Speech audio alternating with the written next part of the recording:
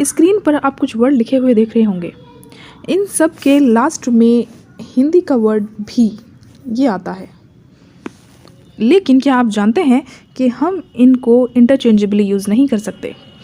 इनके लास्ट में भी ज़रूर आता है और हम इनको स्पोकन इंग्लिश में अक्सर इस्तेमाल करते हैं, लेकिन कई बार हम ऐसे सेंटेंसेस बोल देते हैं जिनमें उनका जो वर्ड है वो ग्रामेटिकली वहाँ पर फिट नहीं बैठता। हम इनको पार्ट ऑफ स्पीच के हिसाब से समझेंगे कि किस तरीके से और किस पोजीशन पर आपको किस पार्ट ऑफ स्पीच के बाद कौन सा वर्ड यूज़ करना है। अगर आप भी इसको लेकर कंफ्यूज हैं तो चलिए शुरू करते हैं। ये स्पोकन इंग्लिश और ग्रामर दोनों ही पॉइंट ऑफ व्यू से बहुत ज़्यादा ज़रूरी है। The Indian mind translator must choose English के नाम से हमारी सीरीज चल रही है, जिसकी एपिसोड आज 53 है। इससे पहले हमने 52 एपिसोड कवर किए हैं। अगर आपने वो नहीं देखे हैं तो आप जाकर देख सकते हैं। द इंडियन माइंड ट्रांसलेटर के नाम से प्लेलिस्ट बनी हुई है, या आप चैनल पर विजिट कर सकते हैं, या इसी वीडियो के डिस्क्रिप्शन में आपको प्लेलिस्ट का लिंक मिल जाएगा, आप वहाँ पर जाकर भी देख सकते हैं। सबसे पहले हम देखते हैं टू मतलब भी। अगर मुझे कहना हो कि मुझे भी कॉफ़ी पसंद है तो आप कहेंगे आई लाइक कॉफ़ी टू। आप ये कह सकते हैं। टू की जो पोजीशन है वो लास्ट में ही होनी चाहिए। आप टू का यूज़ एंड में करेंगे। शी इज़ कमिंग टू, वह भी आ रही है। आई वॉज टायर्ड टू, मैं भी थका हुआ था। तो आपको यहाँ पे ये ध्यान रखना है कि जब भी आप टू का यूज़ करें आप सेंटेंस के एंड में उसको यूज़ करें। आप ये नहीं कह सकते टू आई लाइक कॉफ़ी, नहीं, ये सेंटेंस गलत हो जाएगा, क्योंकि यहाँ पर आपने टू को शुरुआत में यूज़ किया है, जबकि टू जो है वो एंड में यूज़ होता है। अब हम समझते हैं ऑल्सो को। ऑल्सो हम किस पार्ट ऑफ स्पीच के पहले या बाद में यूज़ करेंगे। जैसे कि यहाँ पर सेंटेंस लिखा हुआ है मुझे भी कॉफ़ी पसंद है, तो आई ऑल्सो लाइक कॉफ़ी, तो आप यहाँ पे इसको वर्ब से पहले यूज़ करेंगे। जैसे लाइक हमारी वर्ब है तो उसके पहले, वर्ब के पहले आपको ध्यान रखना है कि जब भी आप ऑल्सो का यूज़ करें तो वर्ब से पहले करें। शी ऑल्सो वर्क्स ऑनलाइन, वह भी ऑनलाइन काम करती है। She is also a teacher, वह भी एक टीचर है। अब हम एज वेल को समझते हैं। I like coffee as well, मुझे भी कॉफ़ी पसंद है। तो एज वेल का जो यूज़ है आप सेंटेंस के एंड में करेंगे। She join the class as well, वह भी क्लास में शामिल हुई। I will come tomorrow as well, मैं भी कल आऊँगा। यहाँ पर इसको, यहाँ पे ग्रामेटिकल एरर है, आप इसको सही कर सकते हैं सेंटेंस में। यहाँ पर स्पेलिंग के एरर है, यहाँ पर वेल होना चाहिए था जो कि नहीं है, आप इसको करेक्ट कर सकते हैं। आप देख रहे हैं कि एज वेल का यूज़ जो है हम सेंटेंस के एंड में कर रहे हैं, जैसे हमने टू का यूज़ किया था। हम अब देखते हैं इवन को। इवन को हम हिंदी सेंस में यहाँ तक कि या भी के सेंस में यूज़ करते हैं। ये नाउन या वर्ब से पहले आता है।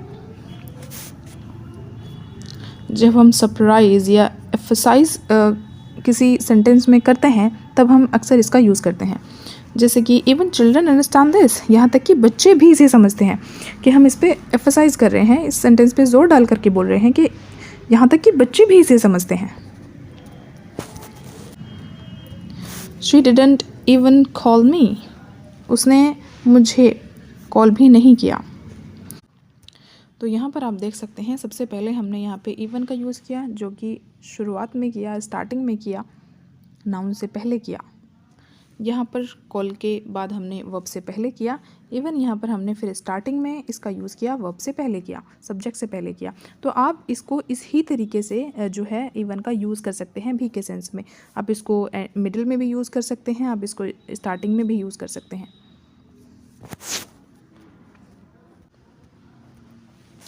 एज वेल एज को समझते हैं। के साथ साथ या भी के सेंस में यूज़ होता है। ये एक एज अ कनेक्टर यूज़ होता है। एग्जाम्पल है, she speaks English as well as Hindi, वह अंग्रेज़ी के साथ साथ हिंदी भी बोलती है। तो आप यहाँ पर देख रहे हैं कि जब वो इंग्लिश भी बोलती है और उसके साथ में वो हिंदी भी बोलती है, वो दो चीज़ों को समझती है। तो इस, क्योंकि वो हमने कनेक्ट करना है दोनों को, इसीलिए हमने यहाँ पे एज वेल एज का यूज़ किया। He is a teacher as well as a writer, वह टीचर होने के साथ साथ लेखक भी है। तो यहाँ पे हमने as well as a connector का यूज़ किया, साथ साथ या भी के सेंस में। यहाँ पर आप देख रहे हैं ईदर भी, जो कि नेगेटिव जो है सेंटेंस में यूज़ होता है। I don't like T either, मुझे भी चाय पसंद नहीं है। शी डिडंट कम ईदर, वह भी नहीं आई। तो आप ईदर का यूज़ करेंगे भी के सेंस में, लेकिन याद रहे कि नेगेटिव सेंटेंस में ही ये यूज़ होगा, पॉजिटिव सेंटेंस में यूज़ नहीं करेंगे।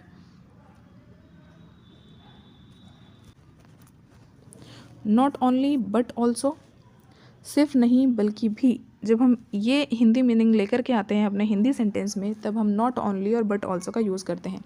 एग्जाम्पल है, she is not only smart but also hard working, वह सिर्फ होशियार नहीं बल्कि मेहनती भी है। He is not only teach but also motivates, वह सिर्फ पढ़ाता नहीं बल्कि प्रेरित भी करता है। तो इस तरीके से नॉट ओनली बट ऑल्सो का आप यूज़ करेंगे।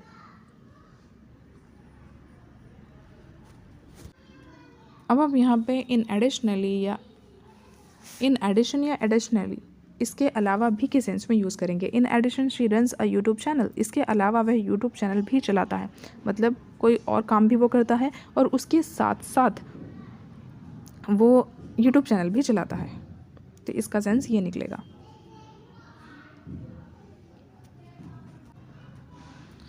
बिसाइड्स, इसके अलावा भी, यहाँ पे हमें एस को देखना है, ऐसा होना चाहिए।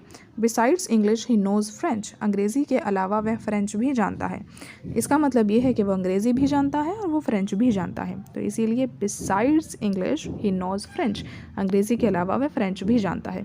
तो आई होप कि आपको ये जो वर्ड थे इनका जो मीनिंग है वो समझ आया होगा। आपको समझ आया होगा कि आप किस तरीके से इनको यूज़ करेंगे अपनी स्पोकन इंग्लिश में, और ग्रामर के पॉइंट ऑफ व्यू से भी समझ आया होगा। अगर आपको कोई डाउट है तो आप कमेंट सेक्शन में ज़रूर पूछिए।